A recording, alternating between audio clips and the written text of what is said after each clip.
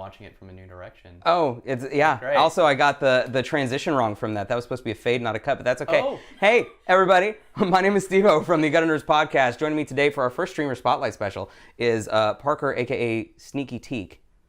So some of you know me, some of you don't. Some of you may know. I got a yeet from Schmorgus. That's a good sign. Is yeet a good exclamation or a bad exclamation? Does that mean that you're under stress? I think yeet generally means that you're a 14 to 24-year-old male. Okay. It is the announcement of... It's really a proclamation. It's like a self-label. I am a young male. Yep. And I've arrived.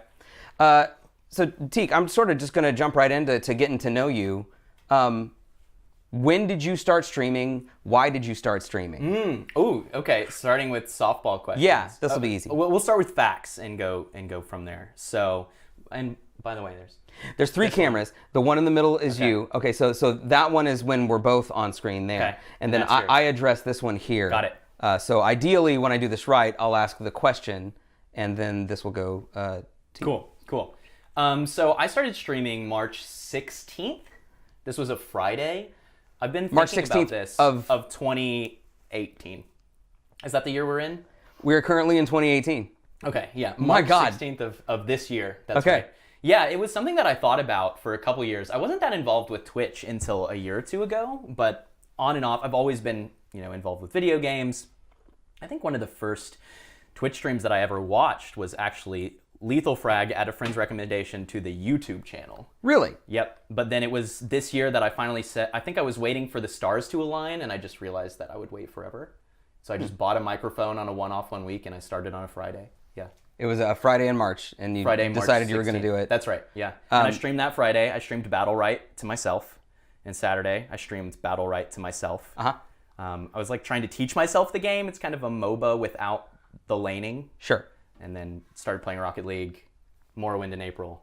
The first game you ever strummed was Battle Right. Right, a game that I have streamed like maybe 3 or 4 times total, and never again. Okay. Yeah. And so, for me, in terms of how this interview is going to go, I'm trying to determine sort of what style I'm going to have, and I want to know, just sort of for future reference and for the series as it goes. So, in general, Teak, would you prefer CNN style Larry King? Would you prefer Between Two Ferns Zach Galifianakis, or would you prefer Fifth Element's Ruby Rod? So here's where I get to kind of betray myself. The only one that I really know is Between Two Ferns. Okay. And I love Zach Galifianakis. Yeah. So it's good. I don't know how well I'll play off of that level of awkward. Of deadpan and awkward? Yeah, okay. That's okay. Yeah. I don't have to go for that. Okay. I'm glad you didn't say But now you Ruby know Rod. that you're working with basically putty. I mean, we're talking clay here when it comes to interviews. So I'm not going to do that typical, oh my God, you haven't seen Fifth Element thing, because that would be cliche, but you should go home and watch the Fifth Element before I get really mad at you. Okay. Yeah. Send me a message on Discord. Yeah. So tell me about your channel. What does your channel bring to the Twitch table, I guess? Whew. You consider yourself a positive streamer, right? I think so. Yeah. Do you think positivity is overrated or underrated? I think positivity is misunderstood. The idea of, so I don't like to call myself a positivity streamer or a positive streamer, because I think that posy vibes is such a beaten and abused term that I don't want to use it, because it doesn't even mean anything anymore. Right? Like posy vibes. That's why I didn't want to be called a variety streamer for the longest time, is because like what does that even mean? Yeah, exactly. And that's how I feel about the posy vibe stream. I think, and in most cases, it's actually something that I'm explicitly not. So in a lot of these cases, posy vibes means I'm gonna smile and laugh about everything, and I can only address like really softball stuff. I only want to directly talk about the game, and only in a positive way. And I don't want anyone to like try to touch anything real. And if anyone gets the slightest bit, what some people might call mad, and what you just called real. Right. Well, it's not even about being mad. It's just about being human, right? And I think if there were any label that I wanted to give to myself or to my stream, it's that I'm a human streamer. Yeah. Which I hope is verifiably true. I not a think bot. I'm human. Teak is not a bot. Like, sorry, put more coffee in this man. No, but seriously, like I want to create a space to where people can be themselves, but focus on the positive side, right? Like, and that's what I try to do, and that's or kind of the elicit example. A positive response, or is it not? It's that? acknowledging the tough, but then focusing on the good things that are going on Okay. in your life, in your stream, in the game, in other people's life, and supporting, because a lot of being a happy person is discipline. It's work, right? Yeah. It's focus. Yeah. Yeah, that's a good way to put that. Yeah. I like that. I think that's true about relationships too, actually. So then being able to put in the work, though, with the stresses and everything that comes with that, is it difficult to, and I might ask this question a different way, I may ask it and then ask it again a different way. Okay, sure. Is it difficult to remain positive when, you're putting in the work and the grind? No. And, okay, why not? No, and that's what I bring to Twitch, right? So I say that I'm a human stream and a human streamer because that's what I want to encourage other people to bring into the stream. So when I look out and I see Schmorgus, he's a teaching streamer. I like that. Hey, Schmorgus. I think, and everybody's this is one of the things I love about Twitch, is that everybody sees a slightly different side of you. Like, everybody latches on to a different facet of how you stream. Yeah. But when I'm talking about humanness, like, I'm encouraging other people to bring this to the stream. I want to encourage my viewers to bring the best of themselves and to support the best of each other. But for me, you've like walked me into this trap where I'm about to say this is natural for me. Yeah. Jet. Yeah. No, but it's really me. Like, I really think that's what I bring to Twitch. You're not you don't persona. What percentage? Because, like, and I'm not saying this in a bad way, but there's a certain amount of persona that you put out there, or a caricature or something. What percentage of SneakyTeak is Parker, and what percentage of it is Teak? I took this thing at work, at my day job. It was called Insights. I think it may have even been spelled with a Z. It was very... Anyway, it was one of these kind of Myers... It was very 90s extreme. Yeah. Myers-Briggs style, like, personality assessment test. Yeah. Right. And this one aligned you with colors. And Okay. There was like a green, blue, and a red, and a yellow. Mm-hmm. And I think green was like collaborative, cooperative. These are the natural, like, helpers who, like, find the gaps and fill them. And red was executive, like, don't give me too much information, I'm going to tell you what to do. And blue was something which I've forgotten because memory and retention were not my colors. And yellow was inspiring. Okay.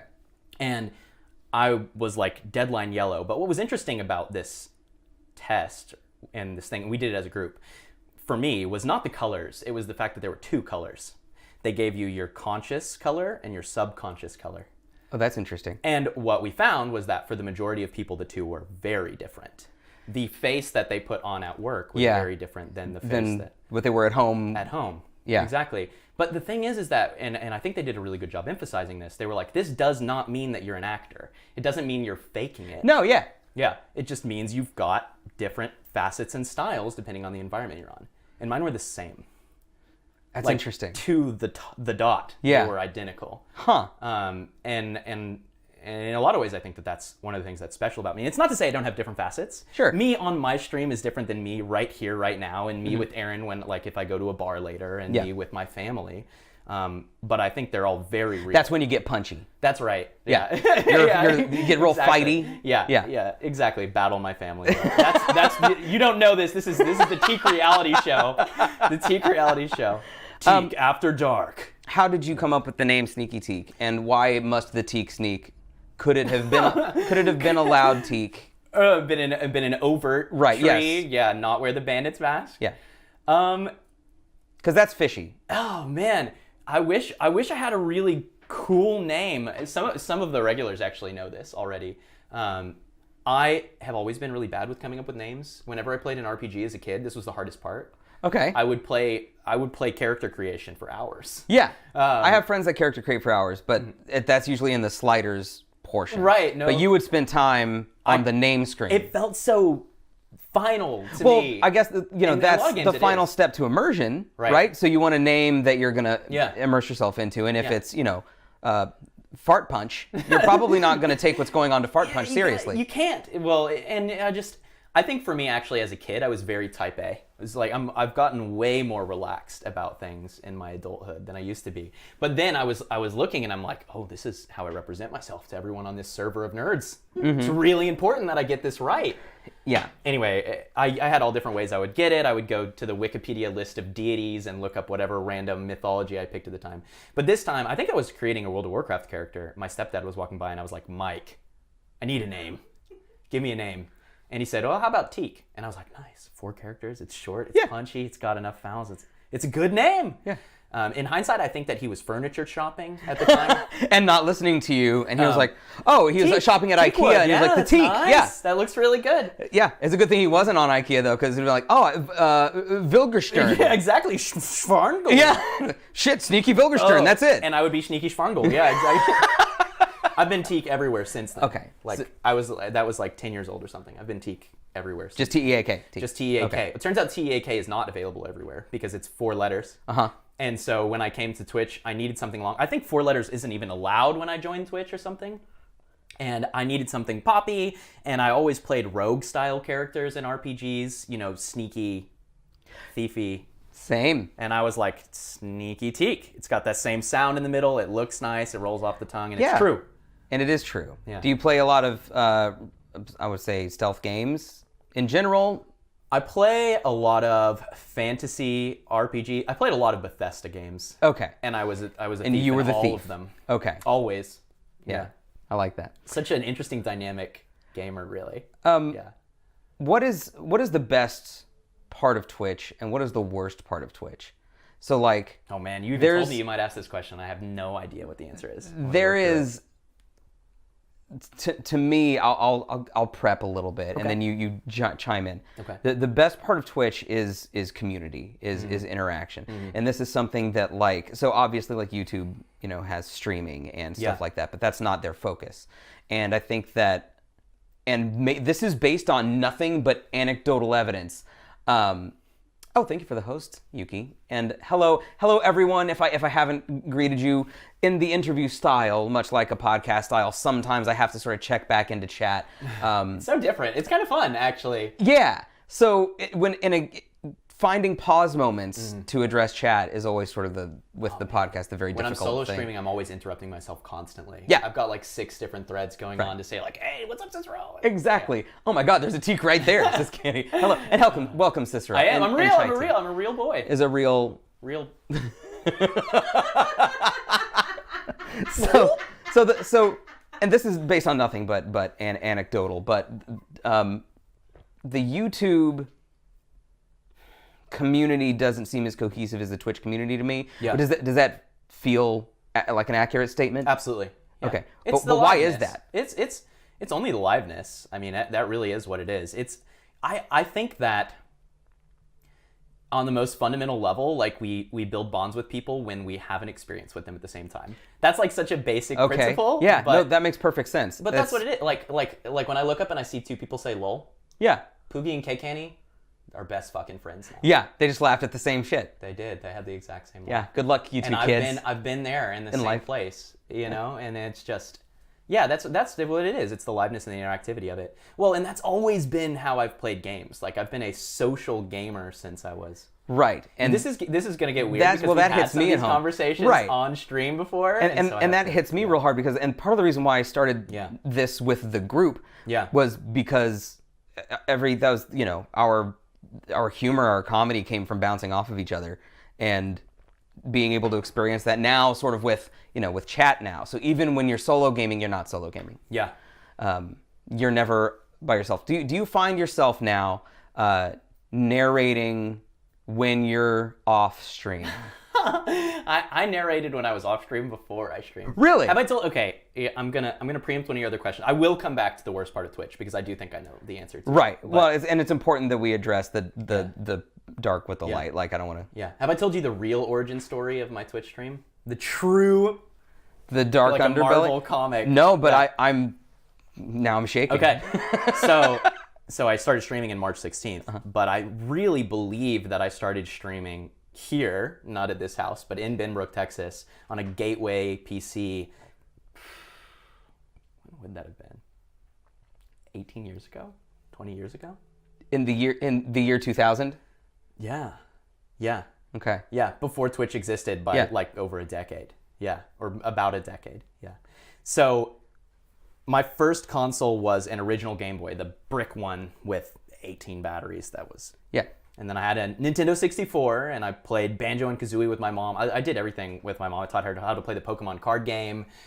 She took notes for me. Is it preferable if I look? Because I don't mind. Oh, I really don't. Where mind. do you? Yeah, you can. What are you guys comfortable with? Would Yeah, you do like y'all want Teak me to to- address you, or do you want him to address me? Because I really don't. I can go either way. Yeah. Huh. I do like to look at you. You got good hair too. You got this blue thing going on. Don't give me that shit, because this is faded. No, as it's hell. so Look at good. this. No, Like, no, it's very like metallic-y. It's got a gradient. The Paisanos lady did try to steal me from my fiance. I saw that, and Yeah. I was ready to watch. We the gave her. SmackDown. She gave her a wave of. This is the ring. I want him to address me alone. Okay. Got it, got it. I'll give you. I'll center try. stage, yeah. I'll give the casual story. see how it goes. This time. Yeah. So it was here. What did we decide? 2000 era, I guess. On this Gateway PC, I had gone through my early console phase, and I finally was getting into PC gaming, computer gaming, and my It's not just a phase. good though, friend. just No, for the it's record. it's been my life since then. Thanks, Mom. My good friend, who many of you who are regulars in my channel have met, Sraff, Aaron, said, you need to get Morrowind, okay? You want to be the real deal? You want to be a real gamer? Quit messing around with Banjo and Kazooie and pick up Morrowind. Elder Scrolls 3, you're already 3 behind. And so we would play. We would play together, and at this point, I never wanted a cell phone, but I don't know why, because I spent years like this with the landline, the home phone stuck on my head. We would play together. We would play the game together through the landline. And eventually his PC broke. And so all of a sudden, only I have this game. And we're like, well, we both want to play Morrowind. How do we do this? And for over a year, almost every single night, I would get on Morrowind, I would call Aaron, I would stick the phone right here. I probably have permanent spine damage from this decision making. And I would narrate to him what was going on in the game. And we played together. That's amazing. Yeah. That's Yeah. a tremendous. Yeah. I can't imagine. So I guess you phrased it in that way. Yeah. That was something that friends and I would do. Even in the chat, I don't know if he's here tonight, but Mark would come over to watch me play games. Yeah. He would sit and he didn't want to play. Yeah. He sometimes would navigate, like he Yeah. might look up something, but for the most part, he just wanted to chat while something was going on. Yeah. And so I would play like, Metal Gear Solid 2, or I think one of the first ones we did was Final Fantasy 9, and just we'll play it, but you play it, but we're playing it, but you're playing it. I think I learned a lot about people from this, and I'm sure you did too, because Aaron was my introduction to gaming in this kind of social way, and so the first time, I distinctly remember the first time I sat down with someone and I was like, yeah, we're gonna play a single player game, and I'm gonna play it, and you're gonna watch, and we're gonna play together. Yeah. They were like, fuck you about?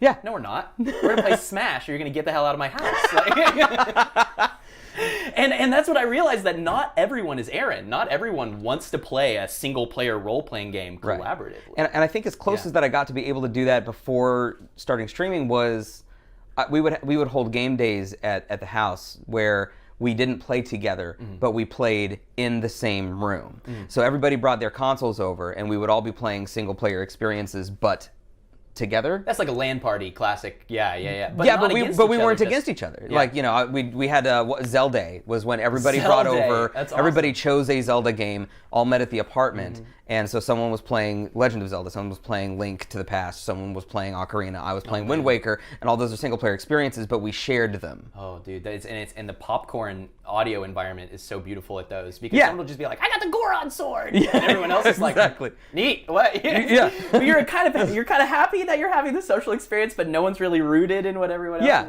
Yeah, but that's like Just give you a little. Like, I'm having revelations with you here, and that's weird for me. So, but that's okay. You didn't know this was an interview for you? No. Tell me about how you got started streaming. Actually, Oh. I'm interrupting. Thank you, game guy. 18-month sub. That's Wow. a year and a half. Wow. And good God. oh man. Game guy. Oh, Schmorgus. What are you doing with first your came life? to our stream in Shadow of the Colossus. That's funny. You guys in chat, this is what I want to know from you all. while we get to the worst part of Twitch, especially the teakers and the tweakers, or do you have a name for your community? Yeah, I don't think it's tweakers. It's not tweakers. No, it's not how we think of ourselves. Okay. We say teaksters sometimes. Teaksters. I tried to start calling our subscribers the early birds because they're the people who show up in the beginning of the stream to drop a Kevin in chat. Yeah. But why'd you name him Kevin? You know, it's really Gilda. But when Bevan first bought me the first Kevin in April, I looked at it and I said, Kevin! Because it kind of reminded me of the bird from Up. Okay. And when she said, no, its name is Gilda, I said, you're wrong. And the tag is wrong. That's not right. It's okay that you think that it's Gilda and that the creator thinks that it's Gilda, sure. but it's Kevin. Right. So it's just always been Kevin. So like same with GIF, like it's not GIF. Yeah, it's GIF. It's GIF. Yeah. I don't care if you made it. Yeah, exactly. You don't get to tell us at this point. So yeah, the Teaksters. I want to know from you guys, what was the first game that you saw SneakyTeak play? What was the game that made you join the community? Obviously, the game doesn't make you join the community. Teak did, but I want to know sort of like where you're like, oh, the first time I watched he was playing. For me, it was Slay the Spire. And for many people, this will be true because it's the game that I've played the most for the last couple months. Yeah, that makes sense. Yeah. But while you guys are pitching in there, the worst part of Twitch. Yeah, and it could be anything from something back end side like discoverability, which is sort of an ongoing fight, or for content creators, or it could be trolls. But even then, that's an easy solution. I actually think I've been incredibly impressed by how mature the audience of my stream has been. Typically, I would agree to a very large extent, and this is sort of why when I'm thinking between YouTube and Twitch, the kind of stuff I see on YouTube versus the kind of stuff I see on Twitch. Yeah. And not that I'm omnipresent on Twitch or anything. Yeah. But it's a different level. Yeah. There seems to be you're 13 and I've banned you and now we're moving on versus some sort of real vitriol that exists in YouTube. And I'm not convinced that all internet trolls are 13. There was something I watched. No. By Day 9. I say that to denigrate them. Right. Right. No, but there's something I watched by Day 9 that I thought was really compelling. He was like, the next time you're playing a multiplayer game and you get flamed by your teammate, they're not 13. It's a 35-year-old man, and this is their only escape from their day job. Yeah. Okay, I have to be careful because I'll tangent really hard here. Sure. I have a lot of thoughts about social digital spaces and anonymity and trolling and why people behave the way. But I think the worst and hardest part about Twitch is discoverability and browsability. And that's really it. That's the biggest thing. Okay. And it's hard to talk about because I'm just really thankful that Twitch exists. Yeah. And when I think about it from the platform of a business, as a company that makes a platform for entertainers to produce and present content, every decision makes sense. It makes sense that they're naturally going to funnel you towards the bigger streams because in one mechanism or another, they're vetted and verified. Right. Many people have found them to be entertaining. Many people have found them to be valuable. And you want that to be the surface that new viewers, I'm not talking to a stream, to Twitch, hit first. This is the Starbucks effect. It's is there better coffee than Starbucks? Sure. If you dig into your city and you find that place, but when you go to Starbucks that you're going to have good coffee. Right.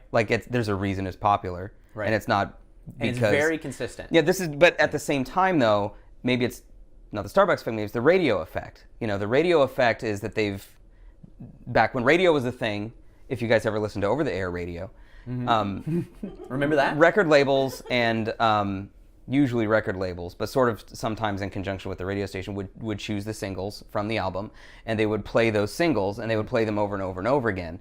And whether you like the song or not, now you know it, and now you like it, even if you don't like it. Yeah. So isn't there a famous example of we're gonna make this song #1? And when it first came out, it bombed, and they stuck it between the two most popular songs on every. You know what I'm talking about? Have you heard this? It's a sort of a common practice. Yeah. It was a common practice in radio where if something's not working, you play it more. Yeah. And then it starts to work because people. I've heard this song. I know this song. La la la la. I'm singing with it. Right. Whether you like it or not. Wait. Oh, geez. There's Creed for you. So am I? Is the suggestion that really all of my regulars are just experiencing Stockholm Syndrome? That's not what I'm saying. That's Okay. what you said. That's my least favorite part about Twitch now. That is it. Yeah. That I incarcerated all of my viewers. Your viewers. Yeah. Okay, I'm gonna jump. Yeah. I am gonna jump into chat because I want to Yeah. see what chatter said here before I move on with my little craziness. Let's see. So, Battle Right says Mini Minotaur. That was day one, and Mini Minotaur Wow. was there day one. Day one? Mini Minotaur, Cats Are the Dankest, and the Worm Superior are 3 friends of mine from real life and from work that were part of the group that encouraged me to stream to begin with. Oh, that's really awesome. Yeah, That's yeah. really cool. Shadow of the Colossus from Smorgasborgus. Yep, and that's his favorite game, and also he didn't own it, which is something I just learned, which is cool. Oh, interesting. That was a friend gaming situation. Giant Man says Rocket League. How I actually saw you play Rocket League the other day, and it was like, oh, I didn't know that you Rocket Leagued. Yeah, I've got like 1,500 hours of Rocket League practice. So you do Rocket League. Yeah. I'm significantly better at Rocket League than Slay the Spire. Poogie says Darkest Dungeon. Yeah. Would have been a first. Yeah, you know, and Darkest Dungeon was day 3. I streamed Battle Right day 1, Battle Right day 2, and Sunday I streamed Darkest Dungeon. I've been streaming Darkest Dungeon since March 18th. Do you have a schedule in terms of like what games you play when? So yeah, and it's changed over time. Yeah. Yeah, I do. Yeah, forever and ever, Sunday was Strategy Sunday. It still is, and I played Darkest Dungeon on Sundays exclusively for months. And they were like, I make no guarantees about what I play at the end of a stream, right? Okay. Because I like to have the opportunity to switch You will over and switch play to some Rocket something. League or yeah. I just recently stopped playing Darkest Dungeon for some undeterminate amount of time, but that was Sundays forever. And I've always been, since the second week, my schedule has been Monday, Wednesday, Thursday, Saturday, Sunday. Yeah. Saturday morning became Slay the Spire on like month 2. And I played it only Saturday mornings for many months until it became like my most played game. Yeah. Weekdays were usually story playthroughs. I like that, and that's sort of the model that we do, which Yeah. is like, Saturdays is always retro, Monday night is always podcast, Friday is always, the same game. So Friday at 1 will be that game until we finish it. Wednesdays is, whatever is group, game night. But that sort of is, that model's sort of that's the network TV model, right? It's like Brooklyn Nine-Nine is on at Thursdays at X, no matter what. I think Twitch is very different. There's many similarities to network TV. I think the temporality is the same. Like what time of the day are you free? People come to a stream, and I feel weird saying this because the people who know best are here. But my finding has been, as both a viewer and from talking to other people, because I try to listen, that people come to a stream when they have free time, when they want that entertainment. It's usually after they get off of work or in the morning when they're getting ready or on weekends or whatever. But also, they tend to stick to the same kind of content for a while. It's very momentum heavy, right? And that's true for everyone. And people fall in love with a streamer. I've done this. Like, I start watching a streamer because of the time in the game that they're playing or a recommendation of a friend. And it's not always instantaneous that you fall in love with the streamer in the community. Sometimes that takes time to really like build and understand. And that's a good point. There's sort of two things here is that like, so I have this weird split shift where I'm up at like 2:30 a.m., and sometimes I'm catching the end of your stream. I know, it's awesome. I always, when I see you in the morning, I know that I've kicked ass and the beginning of work is going to be tough.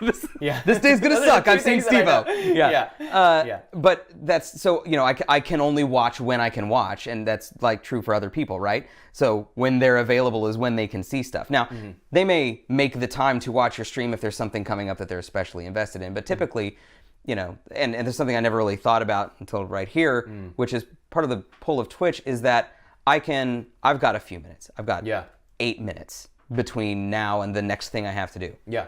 Teak's playing. What's up, Teak? How's it going? How's the game? Chat, whatever. If I'm not going to pull up an episode of, Brooklyn Nine-Nine if I have 8 minutes. Yep. I can't, if I tune in to some show midway through, probably not going to like, I'm not going to get involved necessarily into a show that I haven't seen the beginning of. Yep. So that's an interesting This style of viewing is so overwhelmingly common. And it's not even 8 minutes, it's just the asynchronicity of it. When you're watching Brooklyn Nine-Nine, you need to keep up with the plot line. You need to know what's going on. You don't want to miss the new character getting introduced or something. And But on Twitch, the allure is that for a lot of channels and a lot of streamers, you can dip in and immediately have an idea of what's going on and be invested in the direction that they're going in. But that's not, you don't get that for free. That's the thing. Like, that's a decision to play the kind of games to where you can create that environment and to stream in a way that people can dip in and immediately know something about what's going on. Yeah, that's a good point. That's a good point, too. I'm going to jump into chat just for a second. JB, hello, JB. Says, my new schedule is give up gaming, change diaper. I'm on level 17 right now. Oh, man. Hello, Relevant Native. Welcome back. Native, it's been a while. Congratulations on the baby. Yeah, congratulations, JB. Let me know next time she poops, buddy. Keep me posted. Is Slay the Spire the main game you play? Would you say that's a majority of your...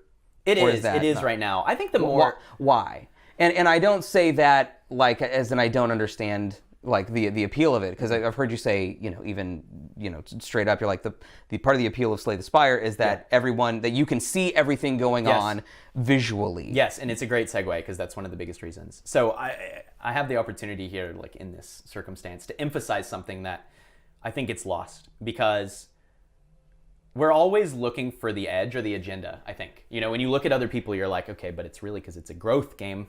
You play this game because... Yeah, that cynicism drives me nuts, especially on stream or Twitter. Everyone, like the cynicism of people are doing this for growth. And first of all, in a way we are. Yeah. In a way we are all doing things to try to grow our community, and that's not bad. Yeah. Well, it's and you know what?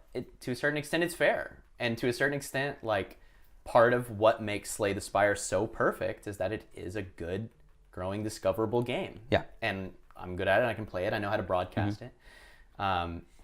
But yeah, I do think that there can be kind of a hypocrisy there sometimes, right? We want people to be successful enough that we can follow their stream as it grows, but we also want it to be an accident.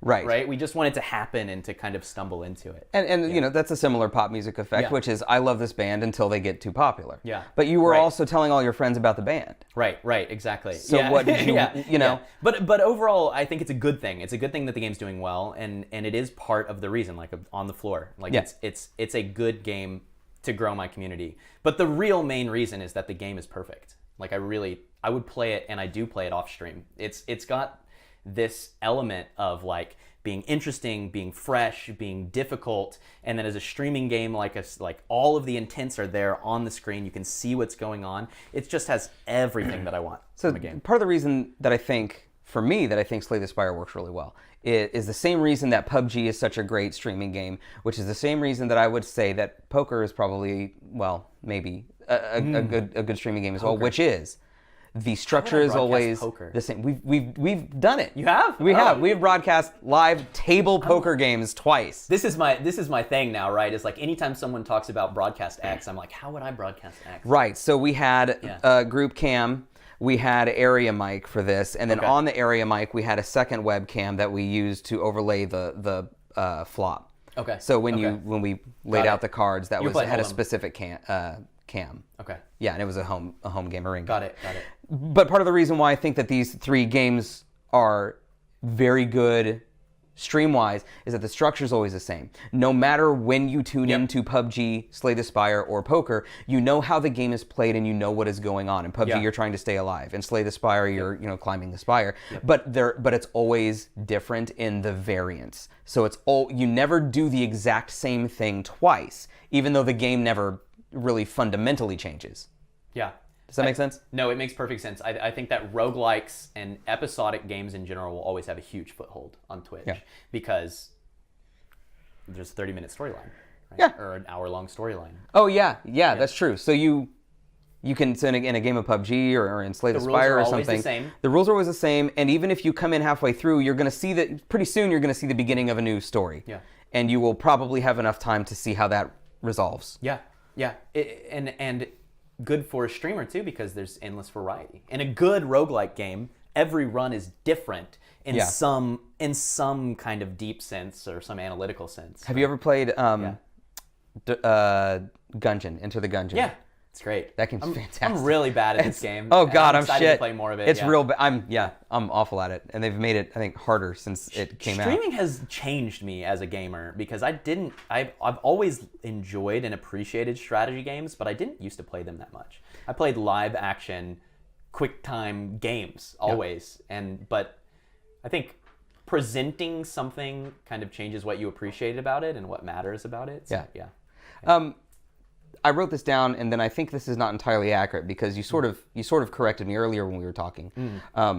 You don't swear on stream, and my question was going to be why the fuck not? But you actually corrected me earlier, so like I'm curious as to because I actually had another streamer bring this up, and I thought it was interesting, so I want to hear what you have to say first, sort of regarding that, because I had a streamer friend make a good point that I thought was interesting. I have a bunch of thoughts. First of all, I think variety and moderation are kind of the spice of life. Yeah. And so part of the reason is just, frankly, like swearing too much is boring. And I've met tons of people that it's just such a deep part of their personality. It kind of gives them flavor. Sure. But for me, Studio audience start laughing. Peanut gallery. And in times of my life, and actually even today, depending on who I'm around, I swear like a sailor. Yeah. And that's the truth. But I just think I hold myself to a slightly higher standard as a broadcaster. And I just think it's grating and kind of boring and uninteresting to kind of dull down your language in that way. And I'm not trying to be a dictionary when I stream. Like my intent is not not look at all these SAT words that I know. And it's not, it's not some like, it's not a level of like, if you swear you are less than. That's not the point, and that's not what you're saying. No. But this is something that actually Nerdez in her capacity as producer and I have talked about, and then hearing your side of it, and it's sort of already something that I sort of started to integrate. Yeah. And then Sizz Gaming is another streamer, and he had a vlog recently where he said that he was going to try to cut down on swearing, and not that he was cutting it out. Yeah. It's part of his personality, and it's, can be used to be creative, it can use to be funny. Yeah. But he saw a clip of himself where he was sort of swearing sort of like over and over again for like a solid minute. Yeah. And he said it was that much of it. Yeah. Just sort of made it. It had you know what I mean? So there's all sorts of different, I think comedy is an easy way to think about it, but just presentation in general, entertainment in general. And I think that lots of times swearing is a crutch because people feel like it's just so punchy. Yeah. When I say that, it just feels so, it's big. Yeah. It's exciting. It's kind of edgy, and it makes it. And I think you use that crutch too much. Like, people are watching you 40 hours a week. It's not 30 minutes. What's up, J-Can? Right. Yeah. Hello, J-Can. But I think Thank you, country girl. To kind of finish and drive home my thought, there's a reason why I don't have a no swearing rule. And I constantly have this discussion about the difference between like a family-friendly stream and a human-friendly stream. And that's what I want. And I don't pretend to try to create an environment where no one's allowed to swear. Because I want people to be able to express themselves. Yeah. And this is that's the fine line, and this is sort of the ongoing conversation that we have in terms of community, because you, as the broadcaster, set the standard for your community. Perfect. And when whatever you're doing, they're going to take that as this is okay for me to do. And that's not like, it's not, I'm not trying to sound like viewers or children or anything like that. But we as people, when we as people, when we are in a community of any kind, we take on the aspects of that community, and we, most people sort of do a version of assimilation in some form or fashion. Like, this is what is acceptable, this is what is unacceptable 100%. Here, given this culture, and so on and so forth. And so one of the things that and that I thank every day that Nerdez is here is being able to be more creative with the content and not falling back on those crutches. Yep. And also, like, I want same thing. People, be yourself. Come make fun of me. If you make fun of me and how bad I am, and you jab at me and poke at me, I love it. I love that. That's endearing to me. Mm-hmm. But the instant it gets into like that sort of anger or meanness aspect of it, it should be collaborative. We want to play together. Right. Yeah. Oh, I love this. I love. But that line is not easy though. Yeah. And there are some times where you're like, especially for me, I'm like, I can't. Obviously, I know they're joking, but I can't tell if they're being mad or not. You know what I mean? Oh man. Oh, that's a hard thing. I've got to condense like 16. I've got I don't know, like 6 hours of content here. No. I have a lot of different thoughts about this, and I'm so happy to hear you capture the kind of moderation rule, right, as a streamer. And well, I want to make sure that I give like kudos to Nerdez for that, because that was not something I was good at until I got outside to help with that. So. Kudos. Yeah. No, it's amazing. there's a malicious. That's the word. There's a lot that you're trying to capture there, right? You're a moderator. You're setting the tone and you're setting the bar. It's the biggest reason why I don't swear, actually. The other is part of the entertainment value, but the real biggest reason that I don't swear often, and I do swear on stream sometimes, is because you set the baseline for what your community and your tone and your atmosphere will be. And I see it as my job and my responsibility to be like a healthy but extreme example of that, right? Right. So it's not that you'll never waver or change from that line. No. You just have this baseline. This is where we are. Because what did you say earlier? You said you got 15 seconds. 15 seconds for someone to tune in and get an idea of what your tone is and what your atmosphere is. You remembered something. Of course I have. Yeah, nicely done. Yeah. But I think that that's true, and I think I'm always thinking about, if I'm cursing all the time, what do those 15 seconds look like? Am I creating an over-aggressive space that's going to make some people uncomfortable? And that's the biggest thing, is that I think that like over aggressive or over like kind of hostile spaces just end up pushing people out. Sure. And that's exactly the opposite of what I want to make. Right. Somebody captured something recently that I thought was really phenomenal that I hadn't thought about before. I've thought about the role of streamer as moderator for a long time, and I don't think it's an accident that there's not too much trolling or bad behavior on my stream. It's partly because of like the example that I set. Yeah. But the most interesting thing that they said is, and this was someone who doesn't do Twitch, they said, maybe the reason that Twitch is so different from YouTube is the fact that there's a streamer there. Yeah. You have a live face moderator. Right. So that when you comment on YouTube, you're leaving a voicemail. Mm-hmm. When you're in chat on Twitch, you've addressed them directly in real time. Exactly. You're going to get a reaction. And you can see what their response is, and you can immediately, and so it's but also you're with other chatters too, right? So you have other chatters, not just the mods, but even the other chatters will hold you accountable. You know, because if you're on YouTube, that's a solo affair, and you go and you type something, you leave it, and you're gone. No, but the face does something very important, because the people that I'm worried about are the people that don't say anything. The majority of people on Twitch lurk and don't speak, and the majority of people on YouTube who are offended are not responding to say, "Man, that was a really uncool thing to say." And as the face. Right. As the person that's in this role, in this position, you can be that response. To say, nobody said anything, but that was not really cool, and that's beyond the line of what this community is. I've actually had an instance where something was said in a stream that I kind of glossed over, sort of semi-noticed, and sort of just was nonplussed with it and just sort of moved on. But then later on, someone said like, "Hey, this thing in the chat wasn't too cool," and I was like, I do remember that now. Yeah. Thank you for bringing it to my attention and addressing it. I think you have to trust your gut a lot as a streamer. It's hard. Oh, my gut is so fucking... Why did I eat all that bread? It's like 80% Oreos is what it is, so it doesn't know what it's talking about. Okay, so I would call your stream, and I don't want to put you on the spot, but I would call your stream wildly successful. I think I'm kind of on the spot. I think what this is. Well, it's a streamer spotlight. So I guess you are on the spot, and you do have to answer this question no matter what. I'm listening. You have been streaming a matter of months and are wildly successful. Some people have been streaming, years, and have had to change names and are have, let's say, slow but steady but admirable growth. Why does this feel like you're talking about? No, nobody in particular. Okay. Just in general, very general terms. Right. So what are the keys to?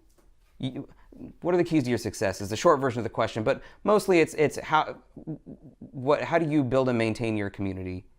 What did you find something specific that was working for you, or are you just that awesome? Wow, that was loaded in every direction of the term. Yeah. Good luck. I don't think I have any legs to stand on to talk about success on Twitch. Success is such a suggestive thing, and until I have quit my job and I'm paying my bills and I maintain 1,000 average viewers every day, check with me in a year and a half. Yeah. I want you to ask me the question again in a year and a half. I will. Actually, ask me the question again in 6 months. Okay. So I do think that's good. And I didn't mean to embarrass you or anything. No. Mostly I'm really impressed with what you've been able to do, but it's not just you, it's your community. Yeah. Your community showed up here. Tonight, and that's really impressive. Yeah, it's true. It was a super short notice too, because I've been horrible in this break. Honestly, I'm humbled by the question, and I'm humbled by where the stream is, and I have some real answers too. Yeah. I think discipline and consistency are huge. I mean, I'm not the be all end all. Yeah. But what I typically tell people, like when they start, if they're not doing it just for a hobby, if you're doing it whenever you can, whenever you want to for your friend, don't worry about any of this shit. Right. But if you're wanting to go all in, the first thing. Yep. Pick a schedule. Stick to Yeah. it. Do it every day. Care about it. Right. Don't. If you ever catch yourself saying, "Oh, I really don't want to," that's a really bad sign. Yeah. You should be in honeymoon period for a long time. I'm still in my honeymoon period. God, we have Saturday morning is the day that I wake up the easiest. Yeah, we have this like, I have free time. I want to stream. Yeah. Oh, and you have to hold yourself back from that too. Right, yeah. Because it should matter. Like it should matter. It shouldn't just be like the schedule is sort of works both ways, right? So if you do a bunch of random streams a bunch of times, that also adds to inconsistency. Even if, you know what I mean? Because people are expecting to see you at certain times. A pop-up stream here and there is one thing, but if you have a schedule, whether it's 2 days a week or 7 days a week, do stick to that. 100%. Yeah. That's many. I'll try to laundry list it. Schedule, discipline, a lot of luck, game choice, looking for discoverability. But the biggest thing that's been unmentioned and that I think is so incredibly important is I've tried to ask a lot of people what their trajectory is because I really want to know. I'm still learning about Twitch so much. Like I'm pretty new to Twitch. That indeterminate period of time that people spend growing, people spend a lot of time in the 1 to 5 viewer list. And I think that a huge amount of where I am today is attributable to the fact that I spent very little time there. And the reason is when I got started, I said, hey, best friend, hey, other best friend, hey, best friend, hey, girlfriend, hey, mom, hey, dog. Come check out my stream.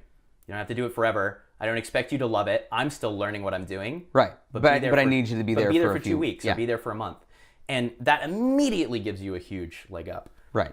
Even when I wasn't streaming specific games as consistently, that meant that I was immediately able to start finding people. Yeah. Awesome. He actually cares about his community. Yeah. That... So, that's true. Also, I want to say what Minnie said is, I don't think of it as a reason for success, but maybe it is. Like I do genuinely care about the people who I interact with. It's not. And Relevant SneakyTeak just made him a fan as well.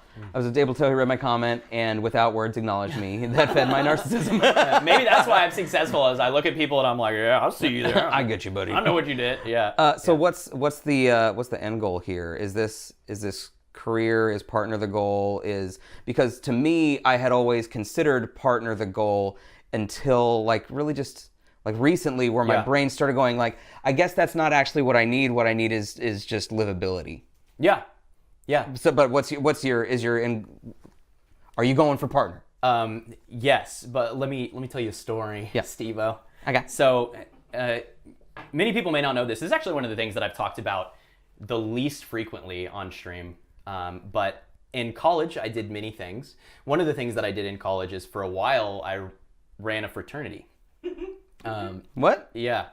Maybe I've not talked to you about this either. No. Yeah, I did. And when I first joined college, I had no interest. I was so anti-fraternity. I was like, neat. Yeah, I'm at UT Austin now. And oof, that is just so different than I ever want to be, And so surprised when I found myself in a fraternity in my sophomore year.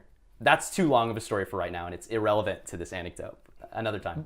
Yeah. But I did. I ran a fraternity for a while, and it wasn't too long after they chartered. So this was not a fraternity established with a house and everything. It was a fraternity that had restarted on campus about a year before I joined. And the first thing they had to do was push to some goal.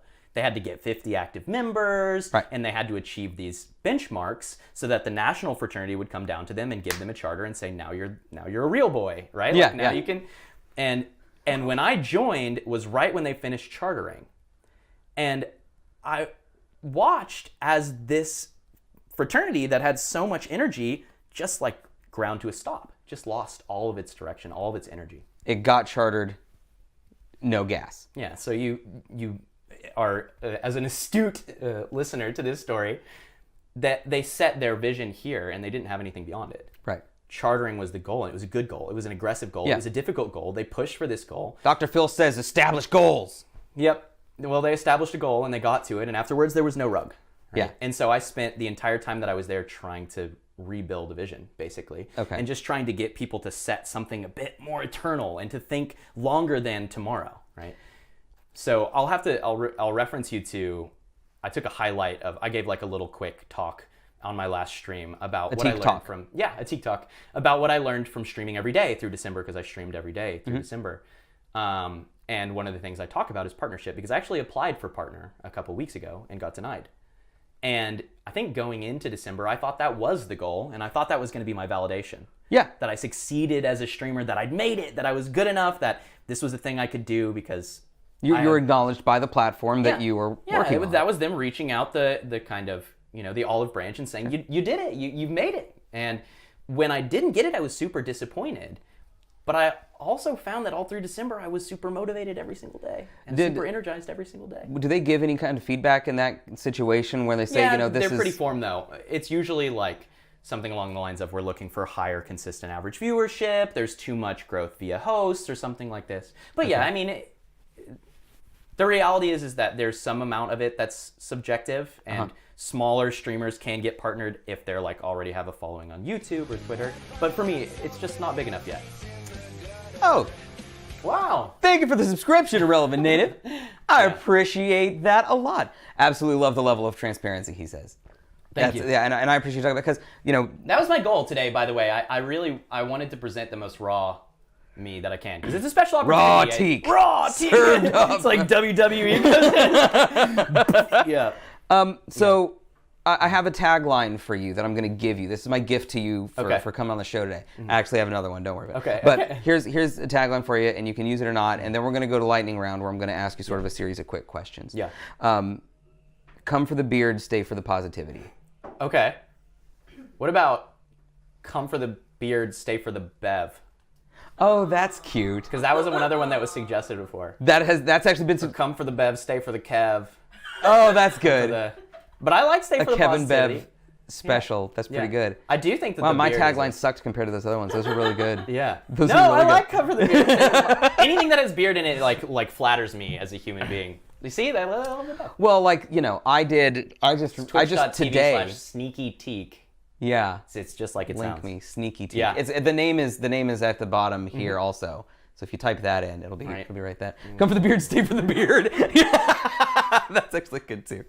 Okay, lightning rounds. So I'm gonna stop camera switching. Before you do lightning round, the goal is to quit my job, to become a full-time streamer, and to build a streaming community that supports people, that helps people, and that I can pay my bills with. That's fantastic. That's my goal. That's my goal. I want this to be my full-time job. That's the gutter goal here. So anything that we can do to help you, whether it's collabs, literally whatever we can do. Like, a little behind the scenes here.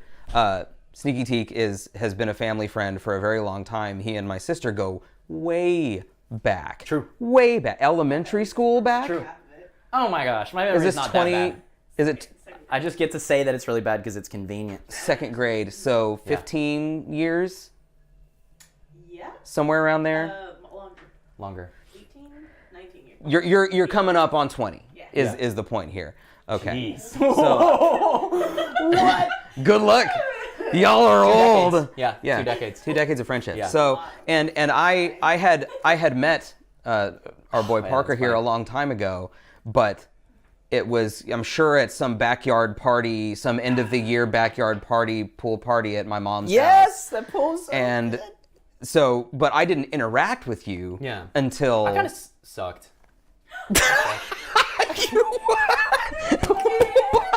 When I get to ask you. That's the quote of the night.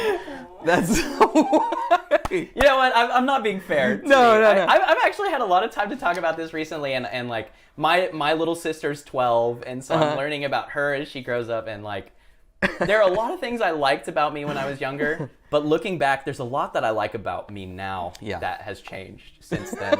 Well, I didn't know you very well then, so I didn't know you sucked. She liked me, so I can't have been that bad. He's like, Yeah. she's defending him.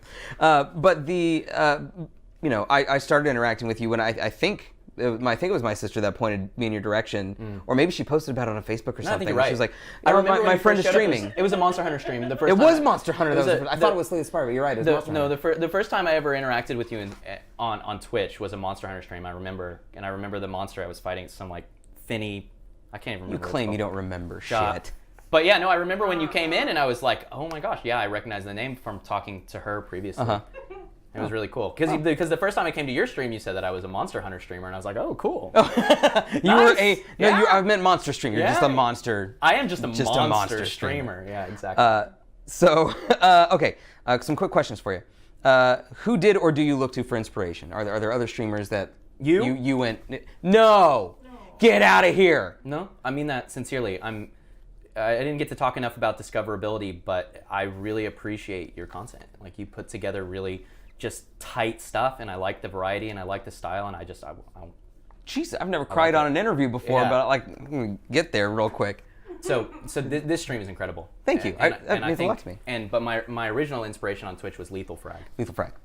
And I've had the luck and privilege to get to interact more with him and his wife recently, which has been that's really fantastic. Good. Yeah. One day we'll be at TwitchCon in the partner bar, and that'll be a thing. Yeah, it's not too, like, from the affiliate bar to the partner bar, you could probably just hop it, honestly. I mean, that's what they want. Maybe that's what they'll accept you. They'll be like, that shows gumption, son. Yeah, we saw you just muscled your way in. We like that. Your partner, dad nabbit. That's my Yosemite Sam. What's the most difficult part of streaming, or what's the most frustrating or the worst thing, the most embarrassing thing that could happen to you when you're streaming? Difficult. Time. I just need more time. More hours in the day? I just need more hours in the day because I want to do the things around stream more. Embarrassing? Yes, so it's like, to me, the most embarrassing thing for me is not a tech problem. Every streamer has tech problems. I'm not really too worried about that. We're on time most of the time. If we're late, I'm a little antsy about it, but that's not super embarrassing. To me, if I miss a follow, if I look back and I see that Streamlabs says 17 minutes ago someone followed and I didn't see it, I get real fucking embarrassed. Oh, man. Like, real. That's my thing. I've recently changed diapers that were cleaner than Hannah's language. Stevo's my bromigo, mine. That's funny. I'm tilted by this question. I'm trying to figure it out. I really think the most embarrassing thing for me is when there's something that I'm just not prepared for at all. There have been only like a handful. I can remember the times on stream where I've felt bad or been really embarrassed. In terms of interaction, or in terms of the game, or what? It's usually interaction. The game is the game, right? The game is part of the fun. I expect to fail. I play a game where I fail repeatedly. Right.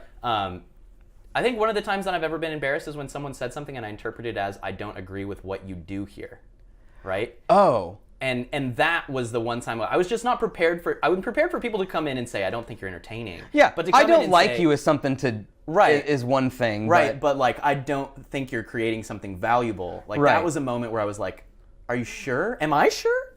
And then I processed it, and now I feel great. Yeah. But I think that was the only time that I've ever been really caught off guard, or like. That's a disarming. That's it disarming was very sentiment, disarming. though. It was very disarming. Yeah. Okay, so real quick, let's go through some here, because we're gonna. I could keep you till Wednesday. Yeah. But, No, it's great. I love this. Favorite food. Oh Jesus! I thought this was a lightning round. I used to say pheasant parmesan. I'll eat anything. I dare. Lightning round for you. Name something I won't eat. Okay. Beets. Eat them. It's gonna be easy. Let's see. Swedish fish Oreos. Yeah, I'll eat them. Okay. Gluten-free anything. My girlfriend is gluten intolerant. Really? I'll eat them. You're trained. Yeah. You're seasoned. Yeah. Well done. Yeah. Have any pets? No. Yes. No, where I live. Yes, at home. Okay. My dog growing up, gone, but my cat still around, and my little sister's corgi, Griffin. Would you ever expand Griffin's again? cute. Expand that side of the family again? I want a dog. I need more space. Okay. Yeah, I need more space. Yeah. Apocalyptic weapon of choice. Apocalyptic weapon of choice, Kevin. That's fantastic. So look at that thing. Look at him. Minnie's gonna put like 16 in there, and you're gonna see how powerful the Kevin is. I've got a gold one. Yeah. Oh yeah, you could get. No, you can't house a flamingo. You know, probably in Texas you can. Yeah, Texas lets you get away with a lot of shit. You can have raccoons here. Yeah. Did you know that? You can have. My girlfriend wants one. Dancing. That's her she wants a spirit animal. raccoon. Yeah. I'm like. Yeah, who doesn't? Has she seen Guardians of the Galaxy? No, she hasn't. Yeah. She should watch Guardians of the Yeah. Galaxy. Yeah. Yeah. True. What's your favorite game or favorite game series? Oh man, I thought about this one before the stream. Favorite game by nostalgia, Okami. Long Okay. story. Capcom's dog-based paintbrush. Yeah. So you might like Okami Nerdiz. It's like Zelda with a dog. And they just released it for Switch too. Okami Yeah. Remastered. You should. Oh, it's adorable. Yeah. It's beautiful, cell shaded. I love the game. You do like painting stuff with it. We'll get a Switch. Yeah, they just released it. We'll for Switch. put a Switch on our wedding registry. World of Warcraft, in terms of how much of my life it consumed. Slay the Spire in terms of current favorite. Okay. Yeah. Those are good. If you could only I'm stream. so bad at lightning rounds. I'm so sorry. I know You're I'm supposed good. to, You're like- fine. Yeah. Shit. Yeah. If you could only stream one game, you had to choose one game, and that was the game you streamed from now on. Luckily, we don't have to make this decision. Gut reaction, Slay the Spire. I think it's infinite replay value. I think it's incredibly interesting, and I think it would take me 5,000 hours to master it, like to feel really good. I feel like my answer similarly is PUBG. You know, I mentioned the framework of these two games before because I can play by myself. I can play with my friends, with the Gutter Nerds crew, and we're always in. Like, it's ever changing. You know, Totally. Yeah. Slay the Spire's missing one thing though. Like if I had to, and I wish I had time to think about this. Battle Royale mode. No, yeah, that's true, and that's a huge weakness. But actually, though, a multiplayer element. If I want a game that's permanent, I want the opportunity to play with other people. And being able, so like even something like Rocket League is good, but that's tough to do on your own, though, isn't it? Because you have to be playing with other people. You can solo stream it though, and I usually do. Like you can solo queue. You're playing with other people, but yeah, it has a multiplayer element, and that's part of what makes it. The psychology is what makes it. 1,500 hours of joy. I'm so bad at Rocket League. It's you. real I can bad. teach you. I'm real bad. Okay, any hidden talents or abilities? I made that trumpet sound earlier. Yeah. I make a lot of sounds with my face. Do you think that we could harmonize with trumpet or trombone sounds? Maybe. Okay. What do you want me to just? I'll start a rousing rendition of When the Saints Go Marching In. Do you think that you would be able to back me up? I'm gonna make sounds with my face. Okay. Okay.